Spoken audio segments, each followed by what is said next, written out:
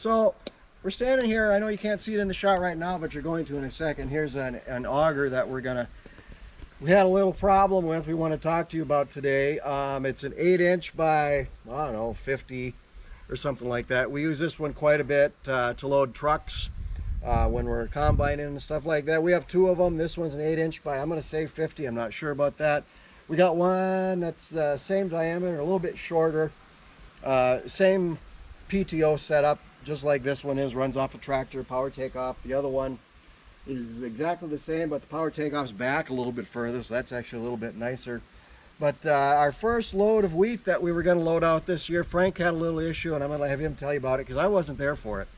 Oh, well, things were going well. We had a truckload plus of wheat to go and called the hauler, and he said, yeah, I can have a guy over there about 9 o'clock. So we took the day off of work and ran the auger over and dropped it off, and my wife came pick me up. I got back there about 8:45, and the driver was there a little early, and he was so concerned about backing in, he forgot to look where the auger was. And when I pulled in, the spout way up on the end there was sitting on top of the tarp, the roll tarp on the semi, and that's not really where it's supposed to be, and I knew that, and like, oh, ouch.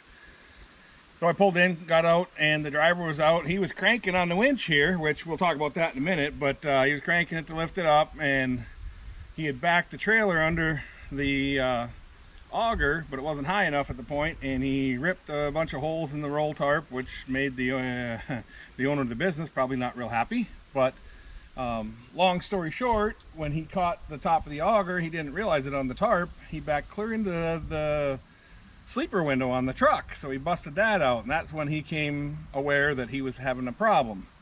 That in turn, since the auger was still hooked to the tractor, tried to slide the whole auger sideways, and let's just say 50-foot long augers don't slide sideways real easy, and so we had a problem. And that problem, if we'll have pan out here a little bit and look up and down the auger. Well, here, let's show you the wrinkle.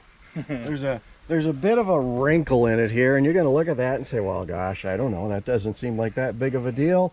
Just a little wrinkle like that. Surely grain will still flow through there just fine. But the view that you're going to get now, you might take a look at it and say, oh yeah, you're right, we do have a problem. Augers are supposed to be straight.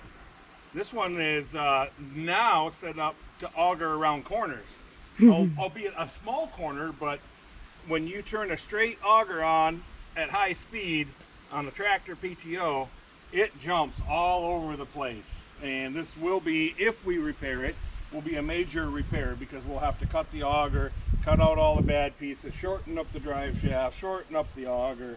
It'll be one big project, and I'm not so sure we're going to do that, or if we're going to part it out and use it for other stuff.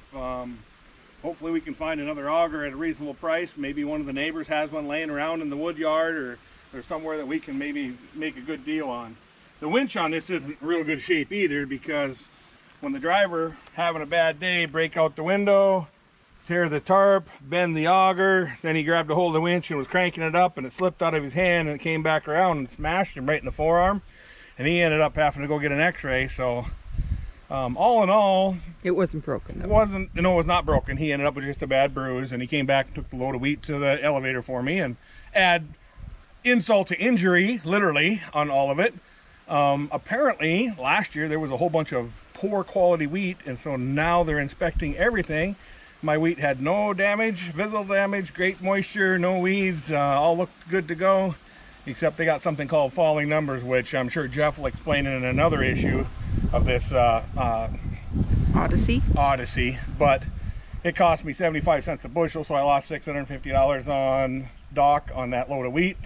Plus an auger. An auger bent. The driver lost a truck window and a tarp off his truck, and the operator ended up with a very sore arm. So, yeah, we've had better days farming. Yeah, that's what you call a real bad day. Yeah. See you later.